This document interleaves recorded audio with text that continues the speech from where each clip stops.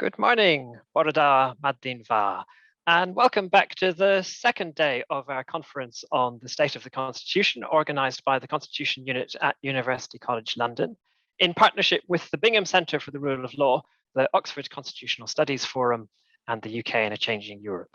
I'm Alan Reddick, Deputy Director of the Constitution Unit, and I'll be chairing this panel this morning.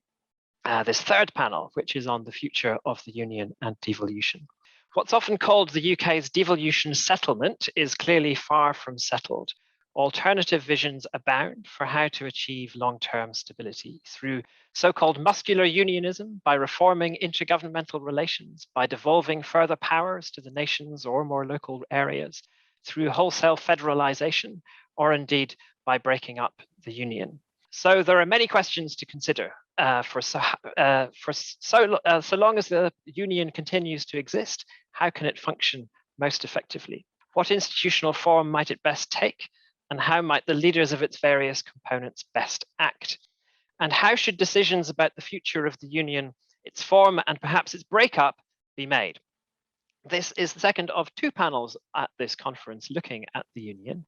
Yesterday, we focused on Northern Ireland. And for anyone who missed that session, recordings of it will be available very soon. Today, we're looking at other parts of the union and at the dynamics of the union as a whole. And I'm delighted that we're joined again by a fantastic panel this morning. Lord Dunlop, Andrew Dunlop, has been a Conservative member of the House of Lords since 2015, having previously worked in Downing Street under both Margaret Thatcher and David Cameron. He was a Scotland Office Minister and a Northern Ireland Office Minister from 2015 to 2017. In 2019, he was commissioned by Theresa May to conduct a review of UK government union capability, and he concluded the review by recommending a range of measures to enhance coordination across the union's various parts. Professor Laura McAllister has the most extraordinary CV of any academic I know. She is Professor of Public Policy and the Governance of Wales at Cardiff University's Wales Governance Centre, and she has a distinguished record of research on parliaments, devolution, and gender in politics. She's also a former Welsh international footballer and captain. She's been chair of Sport Wales. She's now deputy director of the UEFA Women's Football Committee, and she narrowly missed out on election to be UEFA's representative for women on the FIFA Ruling Council last year. She was a member 20 years ago of the Richard Commission on the powers and electoral arrangements of the National Assembly for Wales. She chaired the expert panel on Assembly electoral reform in 2017, and she's now co-chair alongside Dr. Rowan Williams of the Independent Commission on the Constitutional Future of Wales. Sarah Sackman, who I'm very glad to see, has just managed to join us. We had a few gremlins behind the scenes, but Sarah has been able to join us. Sarah is a highly successful barrister based at Matrix Chambers. Her work extends across many areas of public law, including elections, local government, and planning. She also has been a Labour Party election candidate, and she's currently playing a major role in the development of thinking about devolution and the future of the union within the Labour Party, working as part of the Commission on the Future of the UK, led by Gordon Brown. And finally, Professor Michael Keating is Emeritus Professor of Politics at the University of Aberdeen, former director and now a fellow of the Centre on Constitutional Change. He has for almost half a century been a leading analyst of territorial politics, devolution, and the Union. And the latest of his many books, State and Nation in the United Kingdom, The Fractured Union, was published by Oxford University Press last year.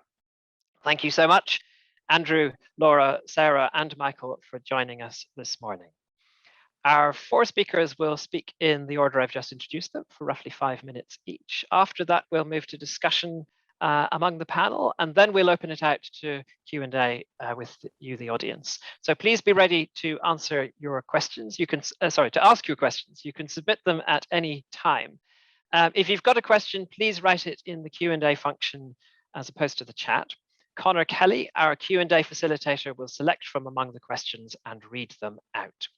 Please note that, as a default, Connor will also read out the names of those who ask each question. If you prefer to remain anonymous, please indicate this when you submit your question.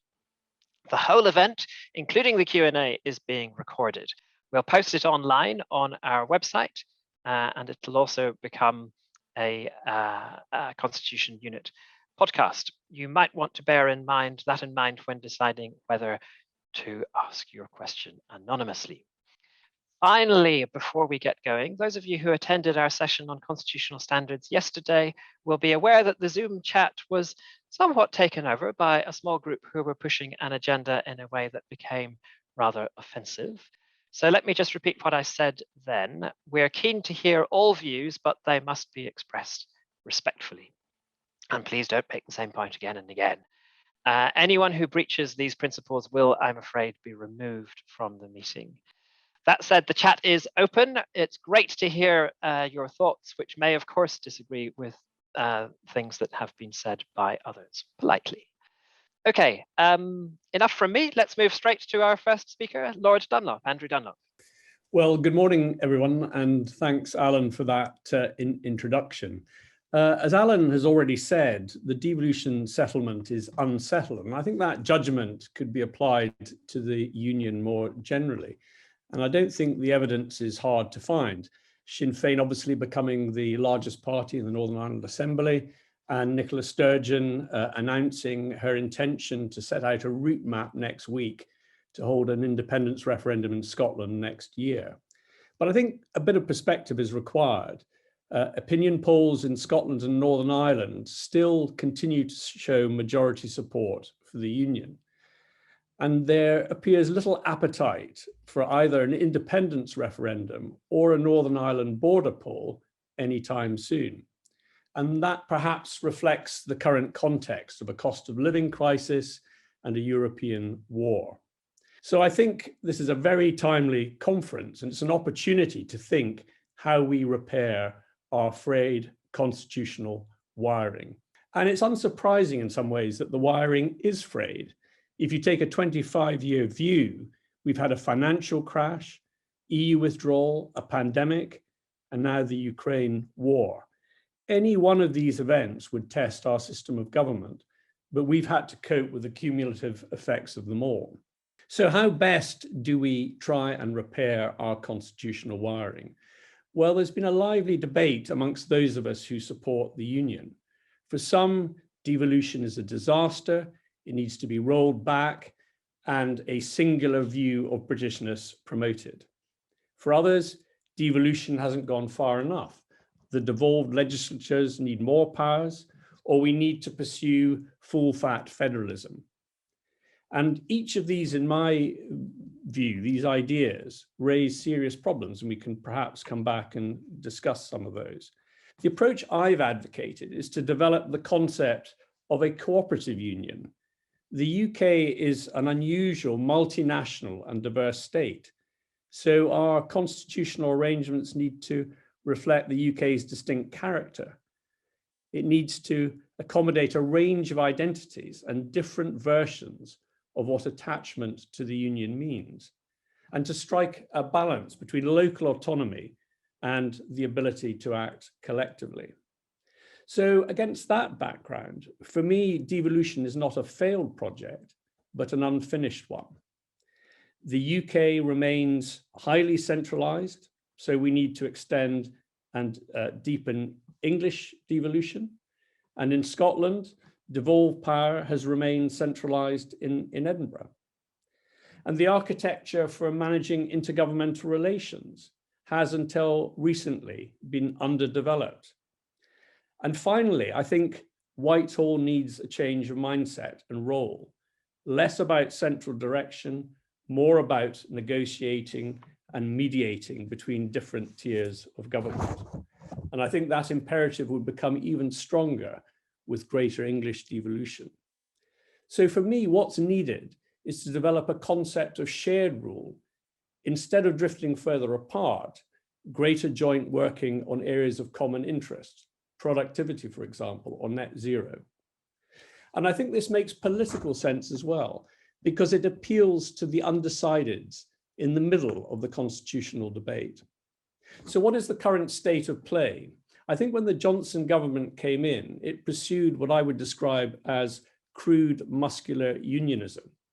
But I think that has been moderated under the guidance of Michael Gove, the UK's first formally recognised Minister for Intergovernmental Relations. And a more sensitive approach to the union's pluralism is now being pursued. And the evidence for that is the agreement on reforming intergovernmental relations that was produced in January. I think that was a signal achievement. I think there are more efforts to restore confidence in the Sewell Convention. And I think there are practical examples of how the governments are working together. For example, in Scotland on Scottish green free ports.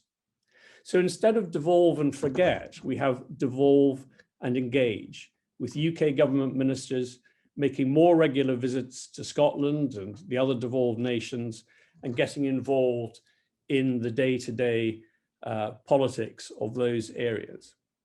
The areas of challenge, it seems to me, fall into a number of areas. First, leadership. Example set from the top matters. And it seems to me that the Prime Minister seems unenthusiastic about engaging with the devolved leaders. And I think that is a problem. Second, I think we need to institutionally embed the Whitehall culture change. I think it is very reliant on individuals. If Michael Gove or Sue Gray were to move their jobs, would the same drive be there to try and reform Whitehall in this area? Third, I think we need to consolidate the reforms of intergovernmental relations so that we move from a consultative forum to promoting joint working and decision-making. And finally, I think there will be tests of the legislative consent motion as controversial legislation comes forward. So to conclude, and perhaps to take the current focus on the economy, one of the chronic UK problems is regional economic inequality. And all the international evidence suggests economies grow more strongly when they grow more evenly, and they grow more evenly when power is devolved. Time will tell whether levelling up will translate into meaningful devolving down. But what's certain is that devolution will continue to loom large in debates about how our constitutional future develops for some time to come. Thank you. That's great, Andrew. Thank you very much. Lots to get our teeth into there. Laura. Diolch yn fawr iawn, Alan. Bore da. Good morning, everyone. So much to do with the Constitution is political, of course, and so much of that is party political. I feel quite caught up in that arena at the moment because, as Alan mentioned, I'm co-chair of the Independent Commission on the Constitutional Future of Wales. So what I thought I'd do in my few minutes would be to look at this issue through two lenses. First of all, through the lens of Welsh Labour. And the reason for that is that Welsh Labour, in many respects, has shaped the story of devolution in Wales and is likely to shape the future story of devolution in Wales. Welsh Labour is the national party. Of all the parties in Wales, probably has most right to call itself the National Party. It hasn't lost an election in Wales for a century. And I'm sure you'll hear some of the celebrations that will happen this November, which will mark 100 years since Labour last lost a national election in Wales. And that's quite some record. Let's remember that.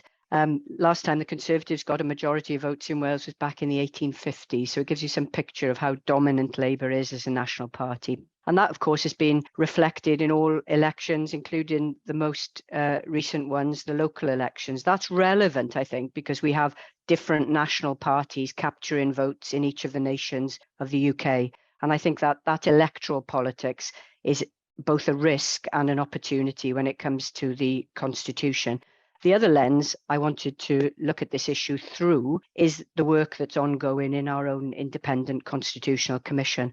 And of course, both of those things, both of those areas are connected because the Commission was set up by Welsh Labour. It was a Welsh Labour manifesto commitment back in the May 21 Senedd elections.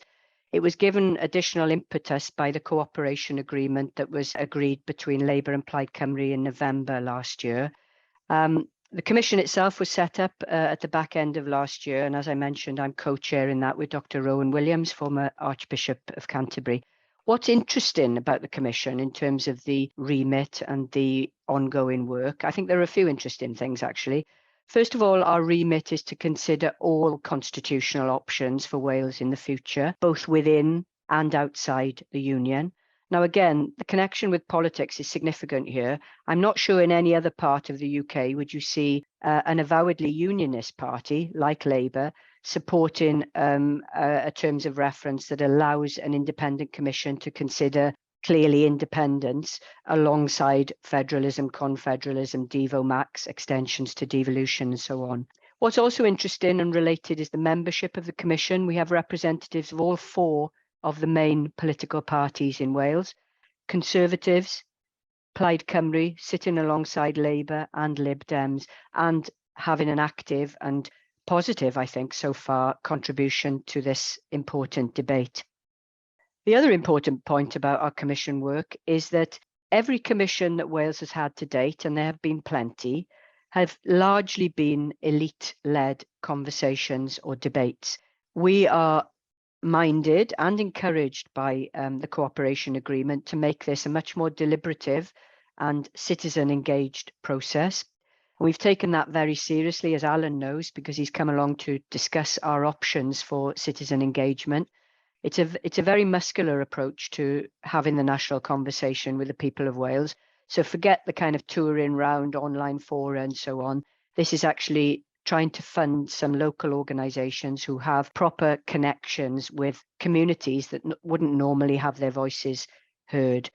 Where the consultation is currently open. We're not even calling it a call for evidence or consultation, because we know that language puts off lots of citizens. It's called Dweud eich dweud, have your say.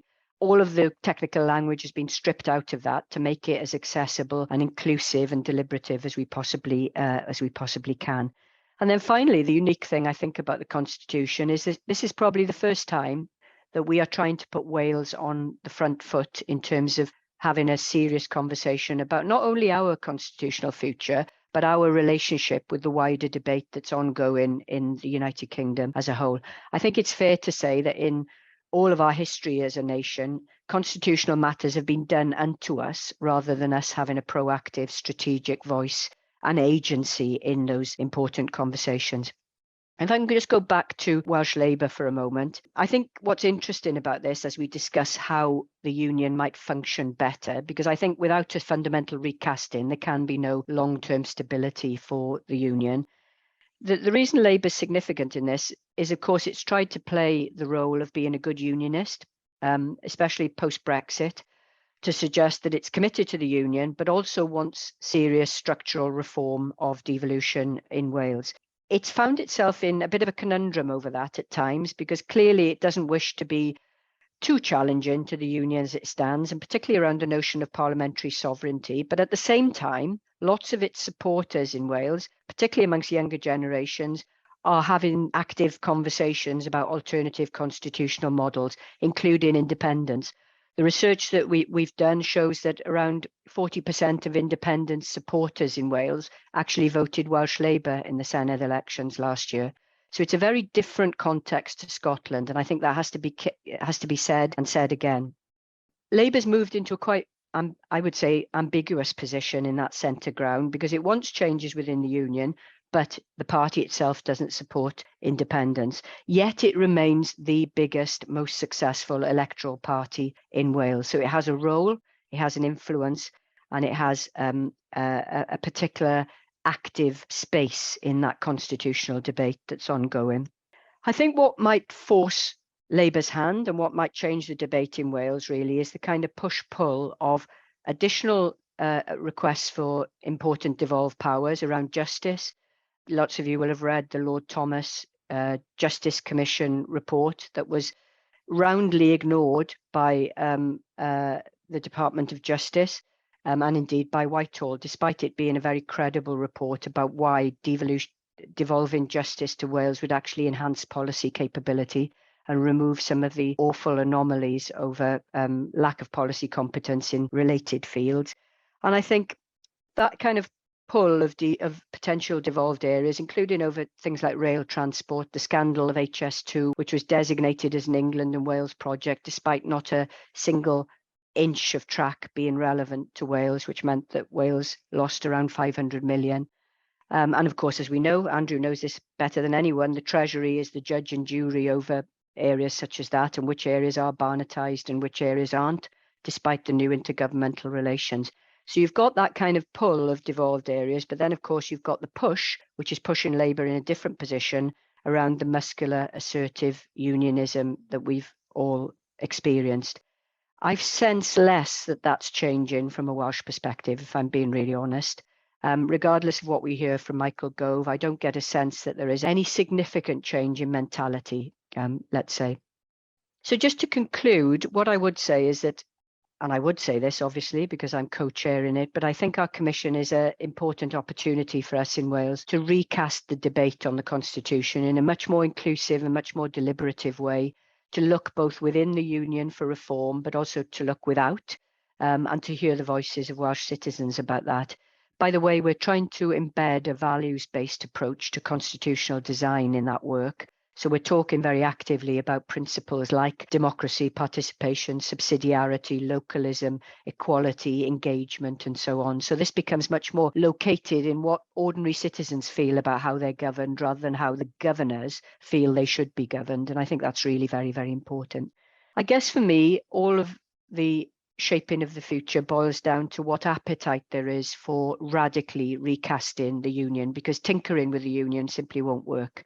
And that has to be done by unionists on the left and the right. At the moment, and I hope Sarah will tell us more about the Gordon Brown Commission, but at the moment we hear very little from UK Labour around the Constitution, whereas we hear a lot from Welsh Labour. And finally, I think, and apologies if I'm ending on a more negative note, I'm conscious, because of the nature of our commission, that there seems to be little enthusiasm to properly deal with matters constitutional in a strategic way at Whitehall and Westminster currently. There also seems to be little capacity to really analyse and assess what's best for the union. And I think that might just be the most problematic feature that we all face in the next year or two. Diolch yn fawr, Laura. Lots of very important themes again. Sarah, on to you. Thanks, Alan. Well, we're clearly in a constitutional moment and commissions abound, as Professor McAllister just said. I think there is probably a consensus between the speakers so far that, notwithstanding majority support for the union across the UK, governing arrangements are no longer perceived as working and do not reflect what the public wants, nor do they seem capable of sustaining the United Kingdom and the Union into the future. And as we've just heard, this is more than a story about Scotland and the Union or Wales and the Union. I think it's fair to say that there is a demand for change in every part of the UK. The behaviour of the present government, and I don't want to get too party political, because as I said, I think there's probably quite a strong degree of consensus, but I think it's fair to say that the behaviour of the present government has exposed weaknesses in the ethical and constitutional checks on government. And through the stress tests of both the COVID pandemic and the Brexit process, the structures and functioning of our constitution has been found wanting. And part of the reason, and it's part of the premise of Labour's commission chaired by Gordon Brown on the future of the UK, part of the reason for that, we say, is the over-centralisation and over-concentration of power, and also the lack of structure and coherence within our constitution and hence in public life. So it's in that context that the commission that is being chaired by Gordon Brown is undertaking its work. I should say and should stress that I'm speaking today in individual capacity, so I'm not speaking on behalf of the commission in that sense, but I do hope to share a little bit about the direction of travel and some of the themes of our work. The essay question, which I think we're all trying to address from our different perspectives, is that there is a recognition that fundamental change is required in our model of government, which is no longer delivering in the public interest. And the role of the Commission, as we see it, is a broad one to begin to suggest what those changes should be. I want to say something about the approach and the premise of the Commission's work, and then to suggest some of the solutions that we are beginning to develop to that essay question. So I think the fundamental premise that we bring, or the lens that we bring, is a recognition that there is a link, which I think Andrew has already alluded to, between constitutional questions and economic questions. the economic imbalance, the fundamental economic imbalance that exists in this country is intertwined with a power imbalance. We haven't begun the work of the Commission from constitutional abstractions, although there's no shame in that as an approach, but where we are and where we stand today economically, where we see the steepest fall in living standards for 50 years, a high tax burden, poverty rising, public services deteriorating, and concomitant with that, low levels of trust in central government. And we recognise that part of that is not just to do with the short-term causes that we might identify in the cut and thrust of political debate, but long-term structural causes linked to our constitutional arrangements. We have the most unbalanced economy of any OECD country, economically unbalanced economy, and also the most centralised system of governance in any developed nation. And there is international evidence that supports the idea that local political decentralisation is an essential component of a balanced economy. So if we want to address those questions around cost of living, around regional imbalance, around the deep inequalities that exist across the UK, decentralisation and devolution is part of the solution to that problem. So that is the lens and the premise from which the Commission's work has embarked. And in response to that challenge, we, I think, are developing around two key themes, which again, I think there are some synergies with what's already been said.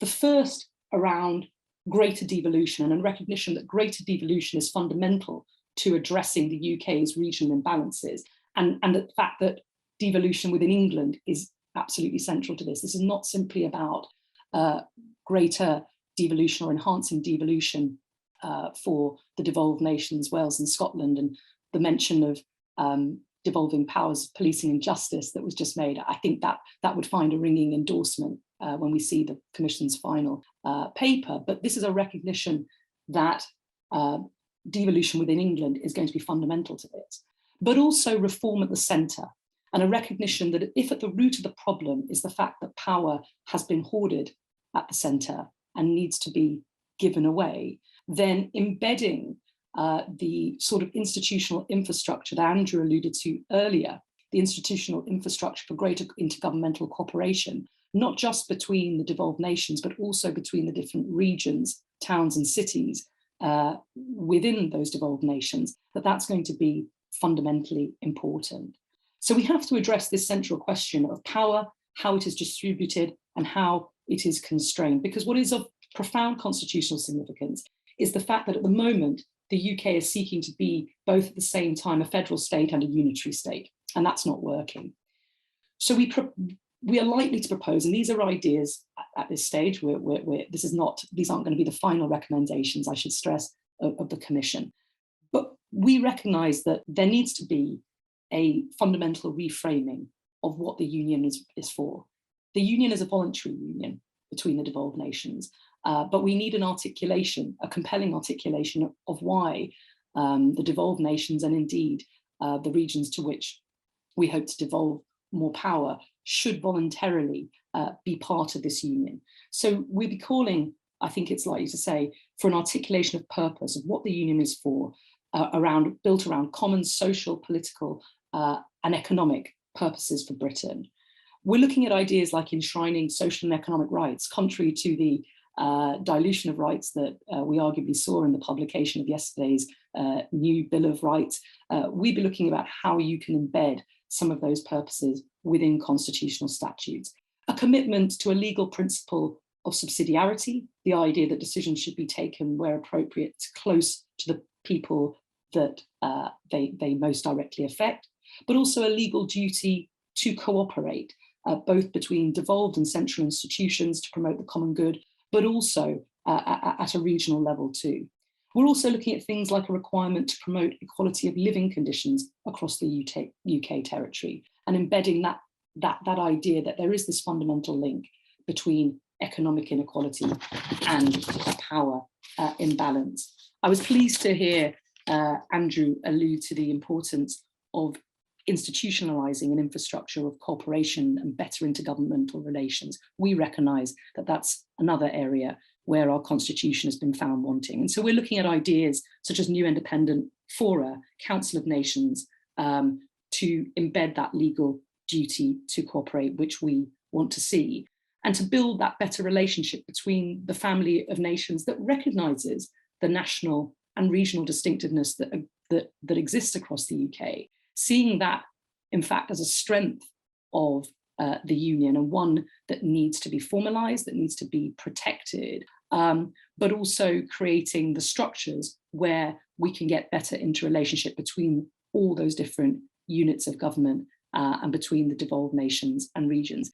And if we can do that, and if we can begin to develop and flesh out that sort of constitutional reform, then coming back to the start and exploiting the constitutional moment in which we find ourselves, we believe that the fundamental economic imbalances and unfairnesses that go with that exist within the United Kingdom can be addressed, or begun to be addressed, through a fundamental reform of our constitution and a real articulation and reinforcing of what a unionism which respects that distinctiveness and its voluntary nature, with a real sense of mission about what the UK is for, that can be enshrined for the rest of the century. Great, thank you so much, Sarah. It's fascinating to hear a little bit about the thinking of the Brown Commission, because we haven't heard terribly much about that so far, and it's an important exercise that's going on. Good, thank you. Last but very much not least, Michael Keating. Thanks, Alan. I'm going to abuse the hospitality of the Constitution Unit by making a shameless plug for the book that you mentioned in your introduction, which I published last year, because it sums up my thinking about the Union, the nature of the Union, and why many unionists have misconceived the Union, and why unionism actually currently poses a greater threat to the Union than the various nationalisms do. Now, I make a distinction here between a unitary state and a union, and on 4 dimensions, 4 themes, which I call the demos, the telos, the ethos, and the issue of sovereignty. Somebody told me I could call that nomos and I'd have 4 rhyming words, but that was too late. But what do I mean by this? Demos is about the people. Who are the people? Is there a people? In a unitary state, there is a single people. In the United Kingdom, we hear Theresa May after the Brexit referendum saying, well, the British people have voted for Brexit, which begs so many questions as to what that body called the British people is. In fact, there are multiple demoi in the United Kingdom. There's not a singular British people, nor is there a singular Scottish people or a Welsh people or an English people for that matter either. There are multiple identities.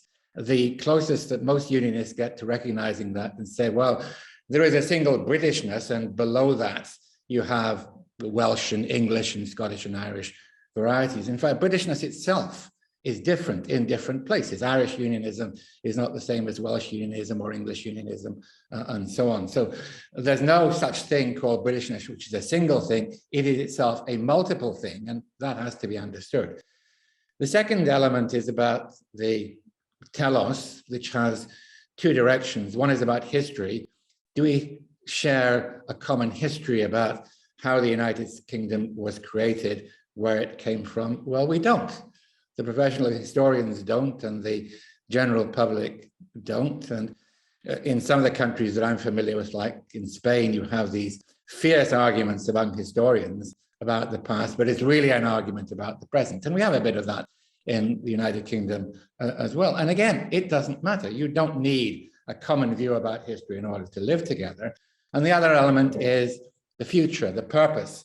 What is the purpose of the United Kingdom? This maybe picks up on Sarah's point. Do you need a shared purpose? Well, people who support the Union support it for all sorts of different reasons. And here there's an analogy with the European Union, which people support for all sorts of different reasons, but they all amount to supporting a common project and negotiating constantly about the nature of that project.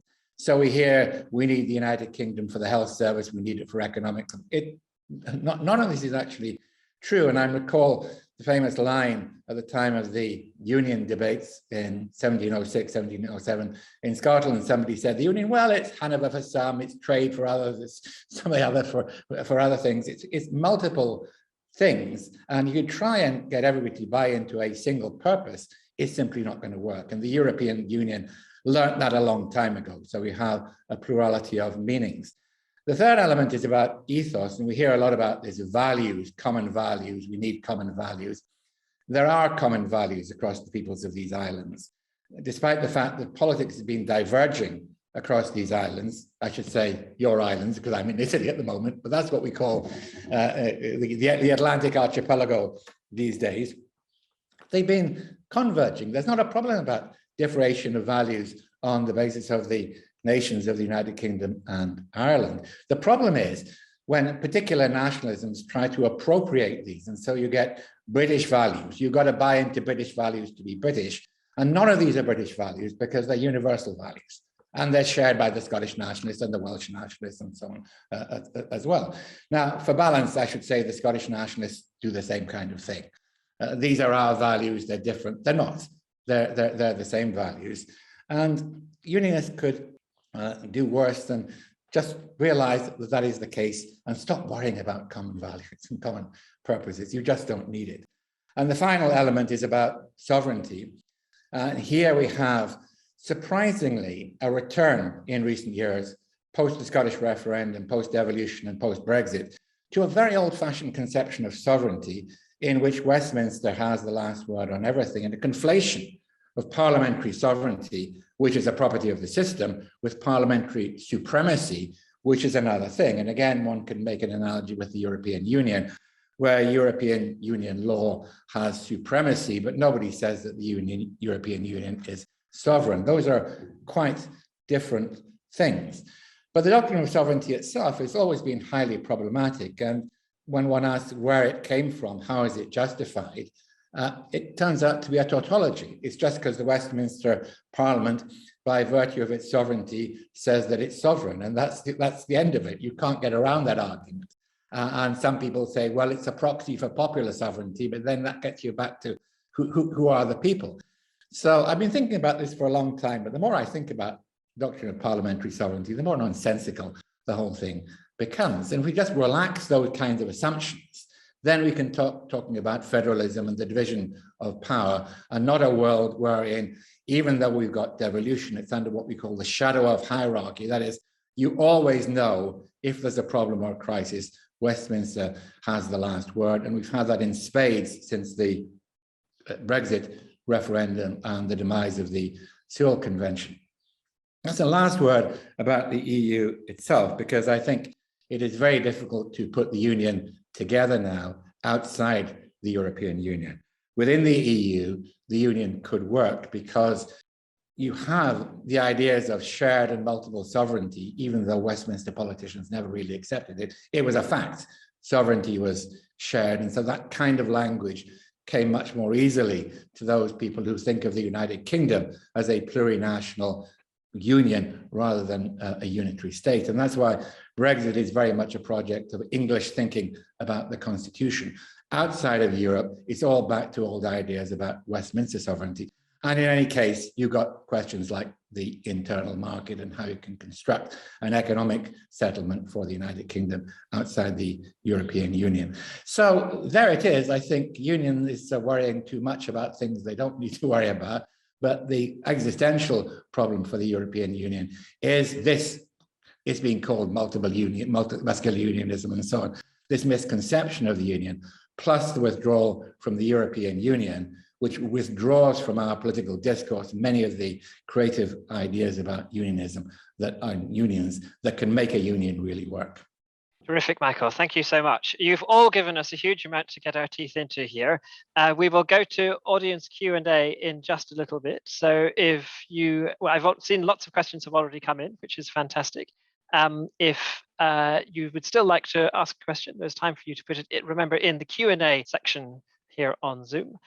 General comments can go in the chat.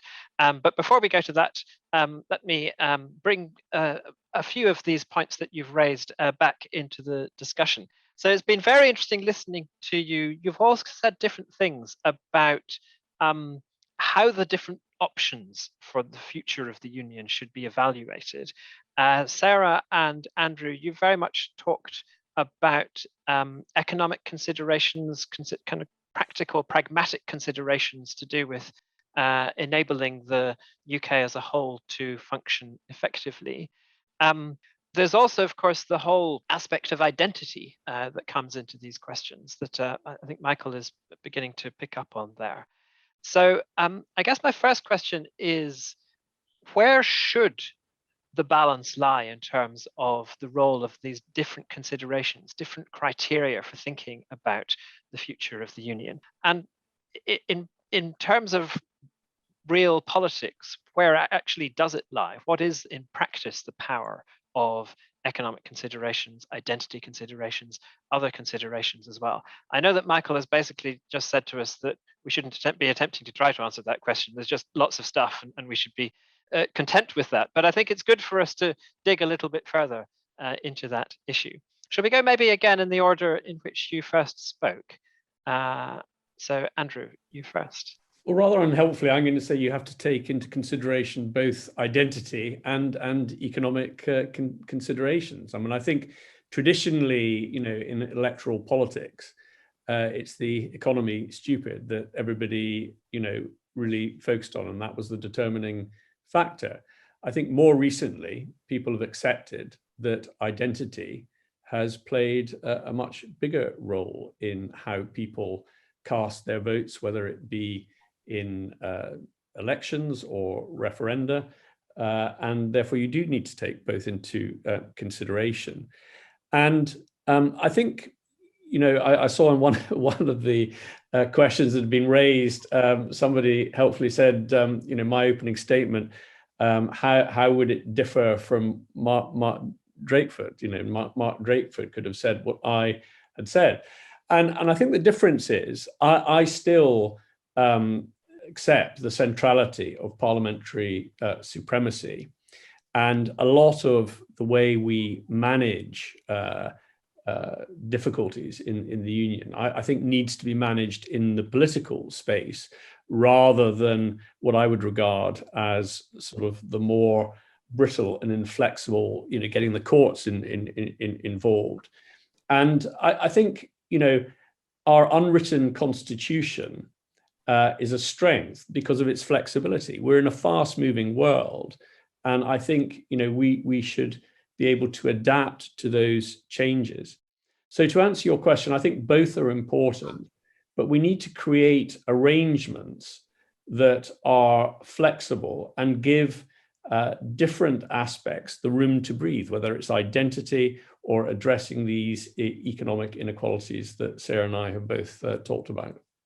Laura, I was struck when you were speaking that you didn't talk so much about economy. You talk more about kind of understanding ourselves and who we are and building up that sense of what it is to be Wales and Welsh and so on. How do you see this? Well, I wouldn't want that to suggest that economic factors are not significant, because clearly one of the roles of any union or association is to redistribute and to ensure that there is a level of equality economically and financially between inevitable structural inequalities in regions. I mean, you know, England is a very unequal nation in terms of wealth and wealth distribution, as is Wales, as is Scotland. And then between all of the nations, including Northern Ireland, clearly there are even bigger differentials. So that's really significant. But I think what's occupying my thinking at the moment is the political and electoral implications of having such a dismantling of British politics, really, over the last set of elections. You know, if you go back to 2017 UK general election, 2019, the devolved elections in 21, and even the locals, what you can see happening there is a much more differentiated politics in each of the nations, with one party, the Conservatives in England, Labour in Wales, the SNP in Scotland, gathering up the majority of votes. And I think the reason that's got implications, as Sarah knows clearly, because this must have come up in the Brown Commission, is that it's very, very hard for Labour to win in England.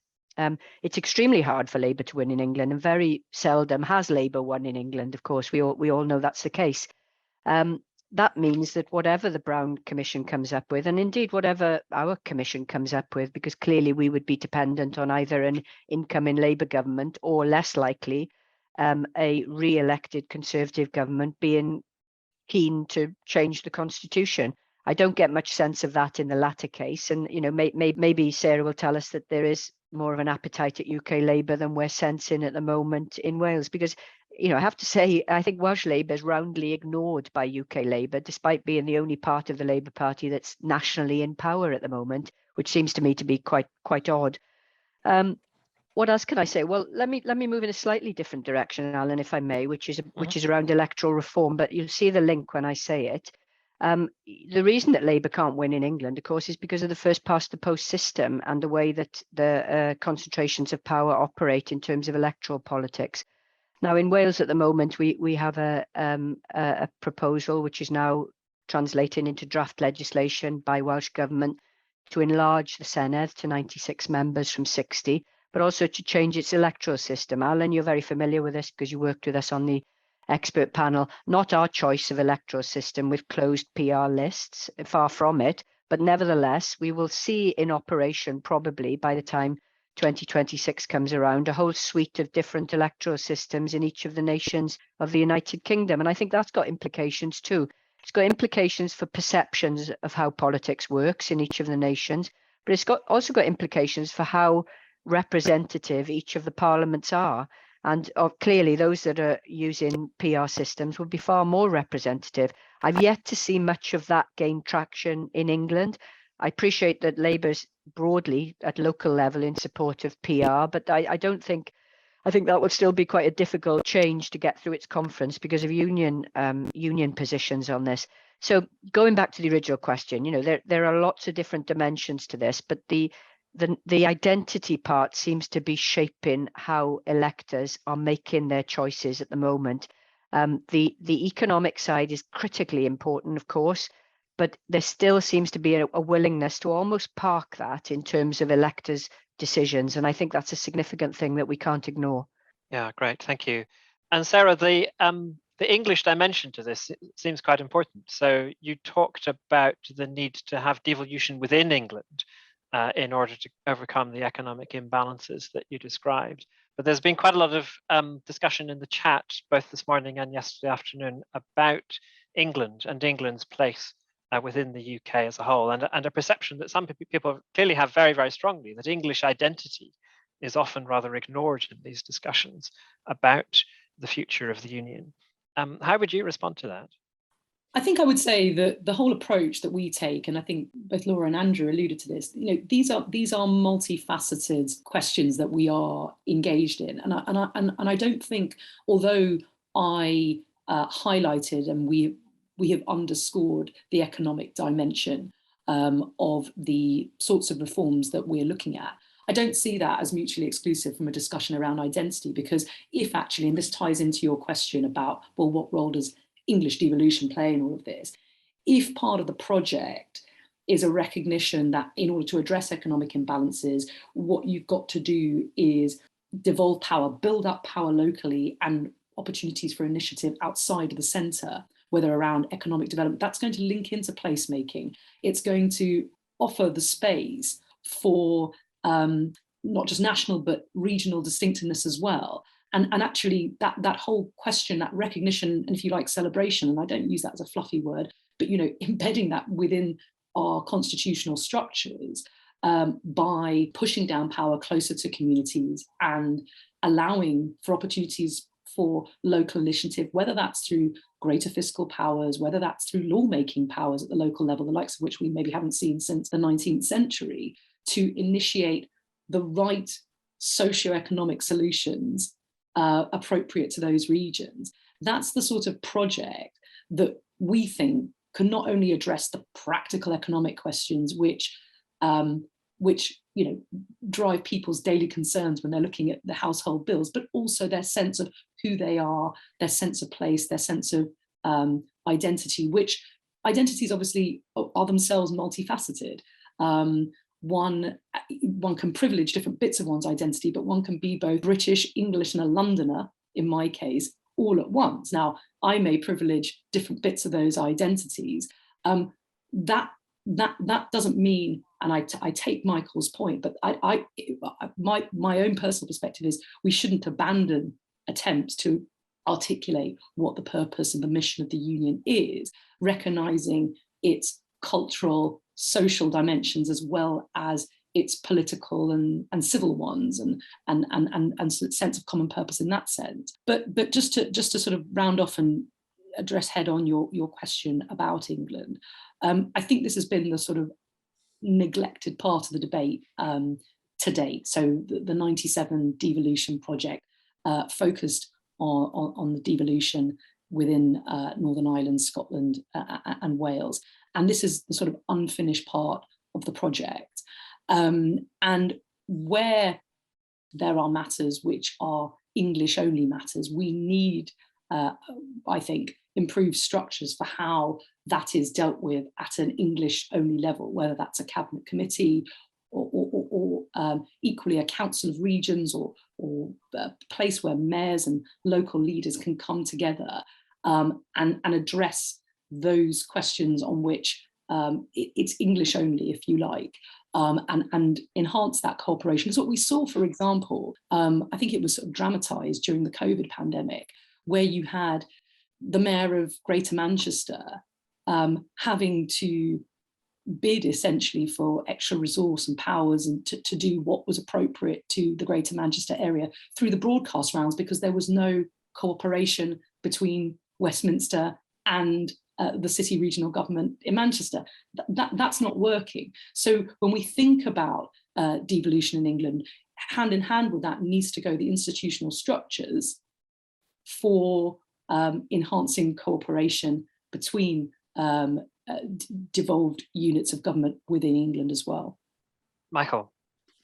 So on the identity question, I think it's artificial to say there's identity and there's economics. These are always linked in very, very complex ways. There is a lot of evidence that there's polarization across the UK on the constitutional question and increasing association between, for example, feeling very Scottish and supporting independence, which didn't used to exist in the past, or feeling very strongly English and supporting Brexit. But this is as much to do with the changing supply of political options as demand, because there was very little demand for Brexit before the Brexit referendum, and suddenly it becomes an option and people who are maybe a bit Eurosceptic gravitate towards that. I'd say something similar about Scottish independence, because in our surveys, even as support for Scottish independence was going up to 45%, when we gave people a whole gamut of options, independence fell. So did the status quo.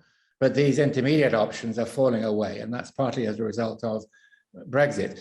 On how you resolve these questions, I think we probably need to write down a little bit more of our constitution, but we'll never get a codified constitution in the United Kingdom because we'll never agree on it, and we'll just spend all our time exposing the ways in which we disagree. And here I tend to side with Andrew in saying these are political questions. They've got to be worked through politically, but on the understanding this is not purely power politics. Constitutionalism is a form of politics which respects the values and the needs and desires of the other. And if we can get that kind of constitutional politics, I think would be a long way towards getting a framework in which we can manage these issues, because we'll never resolve them definitively. I have so many more questions that I want to ask, but we have fantastic questions from the audience as well. So we should go to those now. And Connor has popped up on our screen. And Connor, do you want to give us a first round of questions?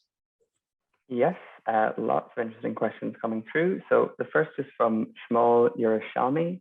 What impacts will the COVID-19 pandemic have on the future of the Union and on the united character of the UK state? And then Paul Evans, the former clerk in the House of Commons, asks, there is no formal forum in which the members of all of the UK's legislators can meet to discuss common issues and problems and hold their government to account collectively. Should there be? Is this a necessary adjunct to the intergovernmental relations structure, which should seek to promote joint working, not just consultation? And he adds in brackets, as Lord Dunlop recommends. And then James Cleaver, who is a research assistant here at the unit, asks, given the tendency of British policymaking to muddle through major issues, is the most likely constitutional future for the Union a continuation of the status quo? Wow, thank you very much. No obligation on everyone to try to answer every one of those questions. We should try to get through these and hopefully another round as well. So, Laura, do you want to start this round first? And feel free to pick and choose. Sure, yeah, I'll just try and dip in on a couple of those areas.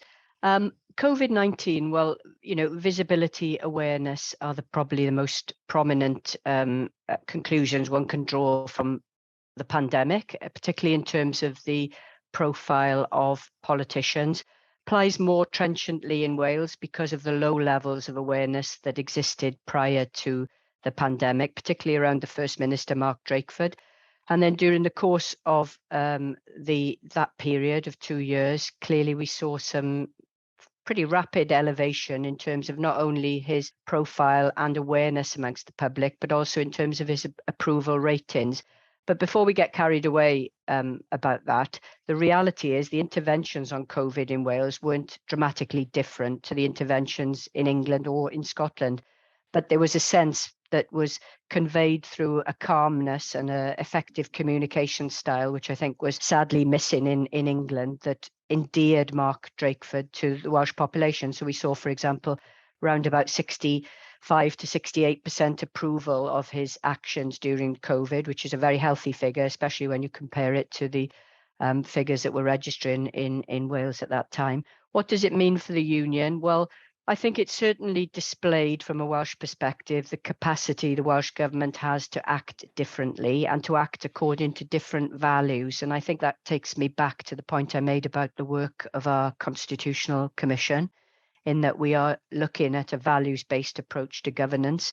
That was clearly articulated during the COVID pandemic by the Welsh government about regard for vulnerable citizens, and that, if anything, business and the economy might have to take a bigger hit because of the priority of looking after more vulnerable citizens. So I think that certainly injected a distinctiveness to Welsh politics during that time. The other questions, what can I say on those? Well, I agree with Paul, there isn't a workable forum.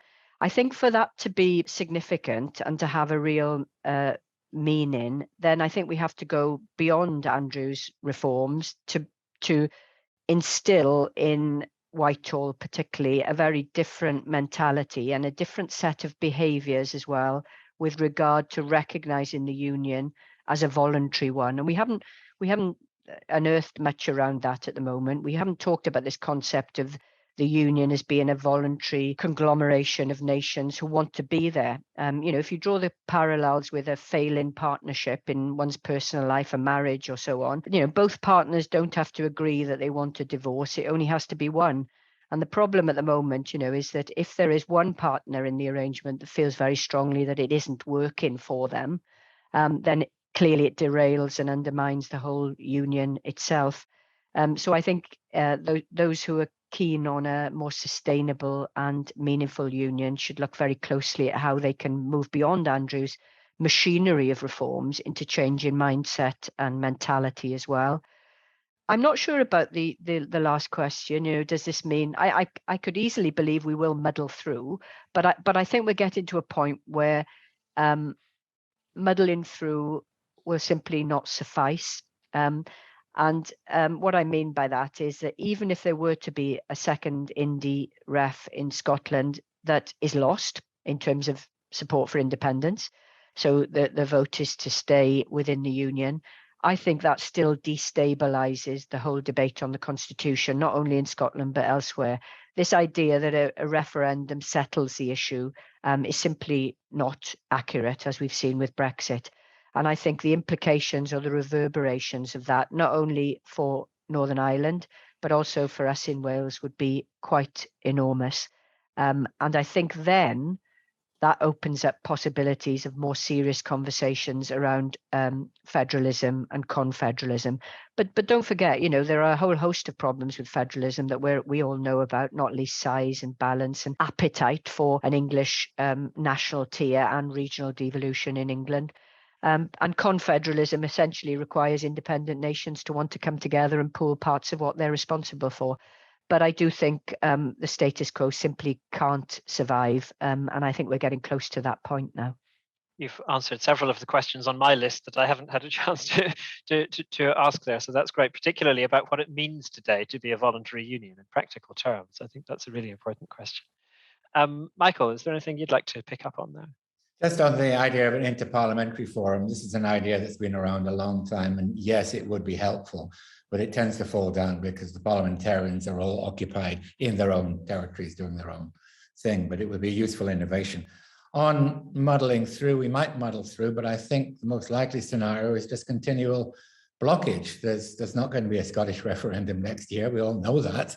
There's not going to be an Irish unity referendum in the near future, but there's not going to be, the issue is not going to go away either. And this is really quite worrying. And in the system we have, these blockages can go on for a long time.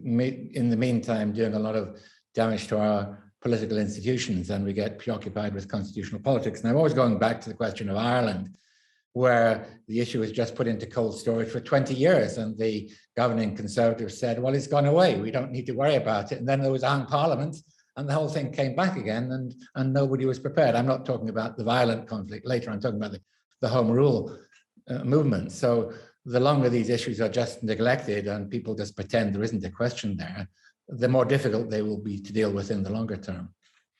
Sarah?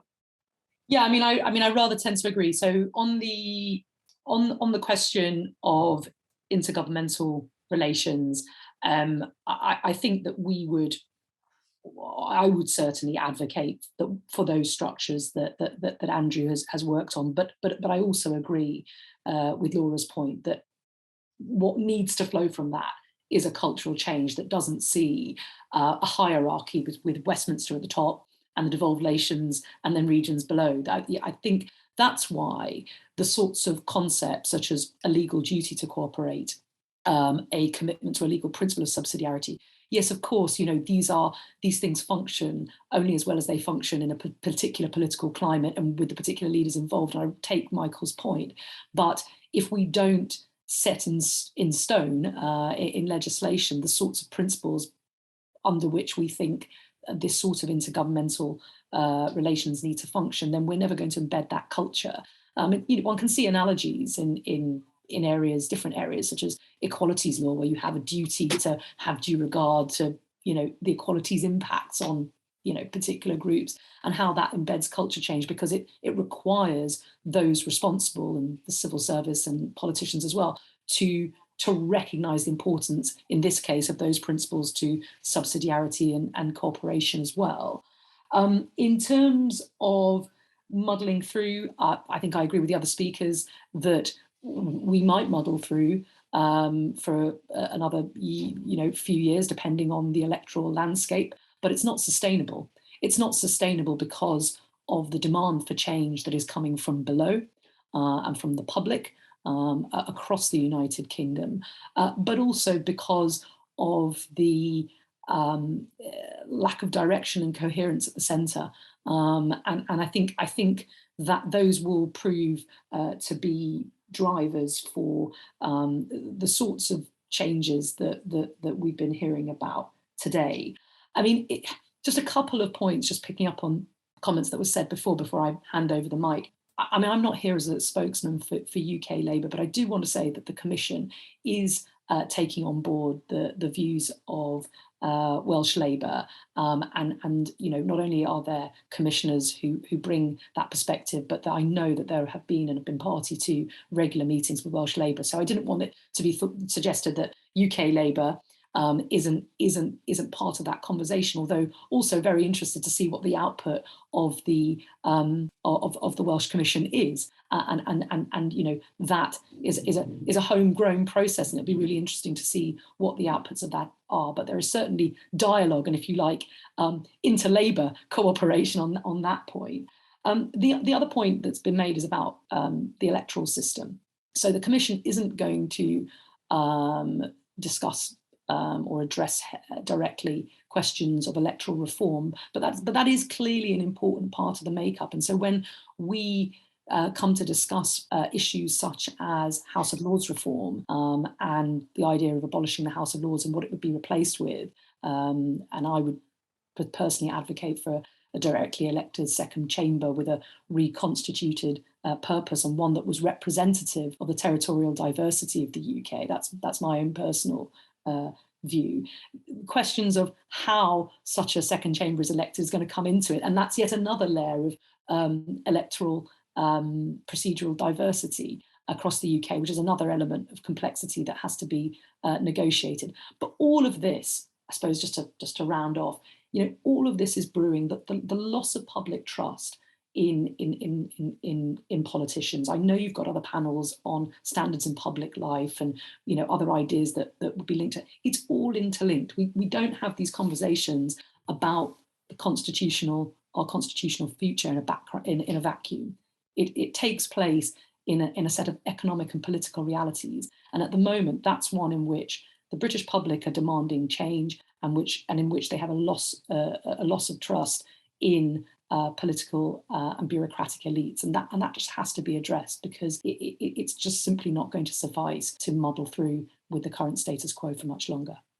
Thank you. Andrew, you might want to pick up some of the questions asked from the audience there, but also you might want to respond to the other panelists. I think all of whom are suggesting that the kinds of reforms that you laid out are unlikely to be enough on their own, and some more kind of fundamental thinking may also be needed. Yes, I mean, I want to pick up on the point on sort of culture change, which I think Sarah mentioned and Laura mentioned too, because I totally agree with that.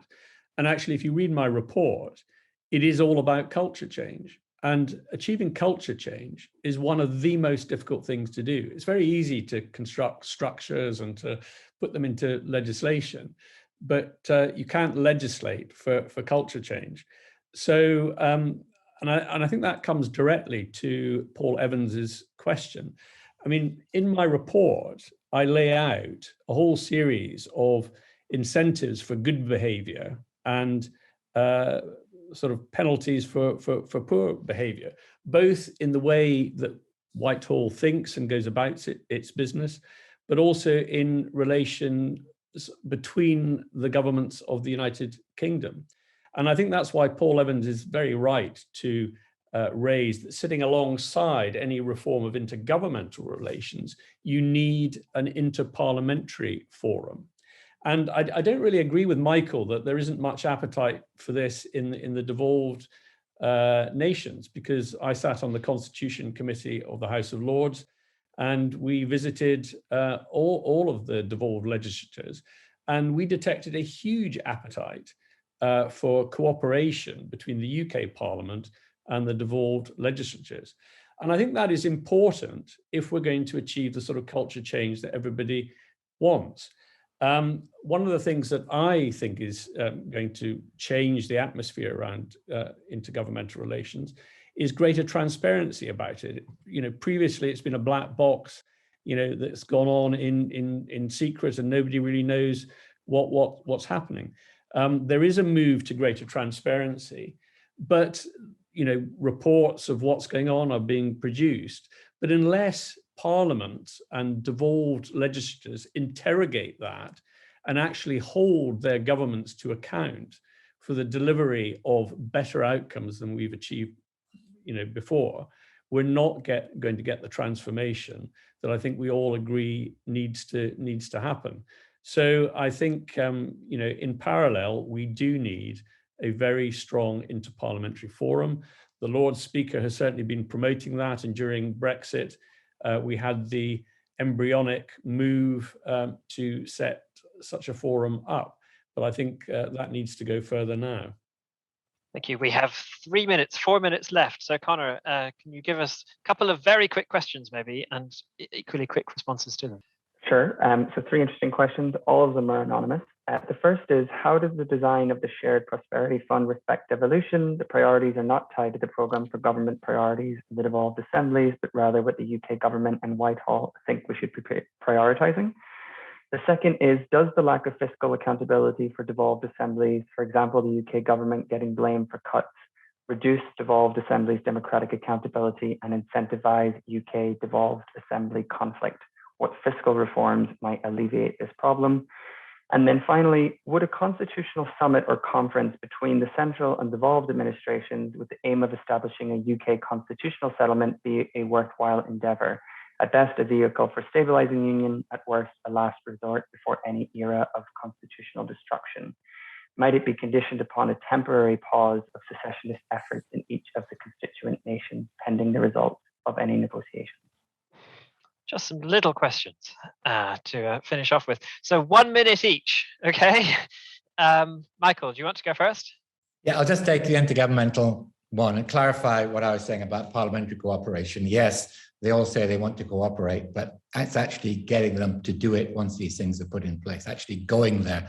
That's the difference. It's a practical difficulty. The same with Whitehall, which was mentioned earlier on. I've been going down to Whitehall talking about this since 1976, when I was asked to run a course on devolution, because it was going to happen at the Civil Service College. And every few years since then, I'm invited back down again, because the Whitehall departments just neglect the periphery. It's not part of their main mission. And Andrew's recommendations were about reinforcing that, and that's very positive, but some of us have seen it before, and the will really needs to be there to think about devolution as something that doesn't just concern Wales, Scotland and Northern Ireland, but concerns the centre as well. That's federal thinking. We're never going to become a federation, but we could do with some federal thinking in the way our institutions operate. Sarah? I'm going to take the last question. This idea about a sort of constitutional convention, if you want to call it that. I mean, I've got to say, I found Laura's description of the sort of deliberative consultative process that's going on in Wales right now to be pretty inspiring. And I know that Professor Ennick, you've worked on citizens' assemblies and those sorts of designs for kind of deliberative decision making. I think we should be imaginative. It obviously needs to be well designed in order to be something that's useful and seen to be legitimate, robust, and meaningful. But I think we should be creative in terms of how we have this conversation, and it shouldn't be, with all due respect to all the very eminent and expert people on this panel, it shouldn't be the preserve of conversations like this, because this is ultimately about questions of identity, as we've heard, about where decisions get made, where power lies, and the sorts of places that we all live in. And so I think I would personally favour that sort of conference or constitutional convention. I think that would be a great commitment to make for any new government after the next election, to have a meaningful conversation. Obviously, the detail is in the design, but I think it would be valuable to begin to resolve and work through some of the questions we've been talking about. The fiscal questions, I don't want to dodge it, but one could talk about these things, frankly, all day, and they're complicated. But clearly, if we are serious, all I would say is this: if we are serious about devolution, meaningful devolution within England, then a conversation about devolving fiscal powers has to be part and parcel of that project. Andrew? I'll take Shared Prosperity Fund, as it hasn't been mentioned. And I mean, my view is that the devolved governments do need to be involved in how these funds are distributed, because I think it underpins what I think needs to emerge, which is a habit of the governments working jointly on joint initiatives. And I think that would be underpinned by funding that they both discuss and take decisions on. And I think it is much more economically efficient if you've got various pots of money, but you can take a holistic view of how those pots of money are spent to achieve the maximum impact, rather than having two parallel tracks that never meet. So I'm probably not totally 100% on the government's agenda on that, and I hope to see the devolved administrations involved much more in being consulted and in the decision making around those funds. Thank you very much. Laura? Yes, I mean, I agree with Andrew's comments. It seems to me completely, notwithstanding the politics involved with the shared prosperity funds and different party politics in operation in each nation, it seems to me ludicrous that the UK government is effectively bypassing the national governments and indeed the national parliaments in terms of scrutiny on this, because it was an opportunity in effect to engender a sense of unity around a new economic programme. Let's see the scrutiny on that, but it seems crazy to me that UK government is using partners at a very local level, but not consulting at a national level in Scotland and Wales. In terms of the Constitutional Summit, I mean, thank you, Sarah, for your kind comments, but we need to deliver on our lofty ambitions for our commission. We haven't done that yet, but we are very deliberately trying to engage citizens in our conversation. Who knows whether that will be successful? I very much hope it will be. I have I'm less sanguine about the hopes of a UK-wide constitutional commission, because I feel I can see already how difficult it would be to bring in dissonant voices for and against the union into something that would operate across the United Kingdom. And maybe this needs to happen at a national level first before it can be promoted at a UK level in the future. But I have to say, I think that's probably pretty unlikely, despite it being a useful thing to do. Well, thank you all so much. Laura McAllister, Andrew Dunlop, Sarah Sackman, and Michael Keating. You've been fantastic there, and we could easily have kept going for another 75 minutes. Thank you also to Connor Kelly for fielding the questions, and to all of our audience for asking so many great questions and having a really good discussion in the chat as well. The recording of this session will be available soon on our podcast and our YouTube channel, and we'll alert you when it is, and hopefully you'll recommend it to lots of other people. The next panel is starting in 11 minutes time, and it's on a subject that couldn't be more topical: the role of the courts, chaired by Joshua Rosenberg, with an absolutely fantastic panel again to discuss the role of the courts. So many thanks for this session, and see you hopefully in 11 minutes time.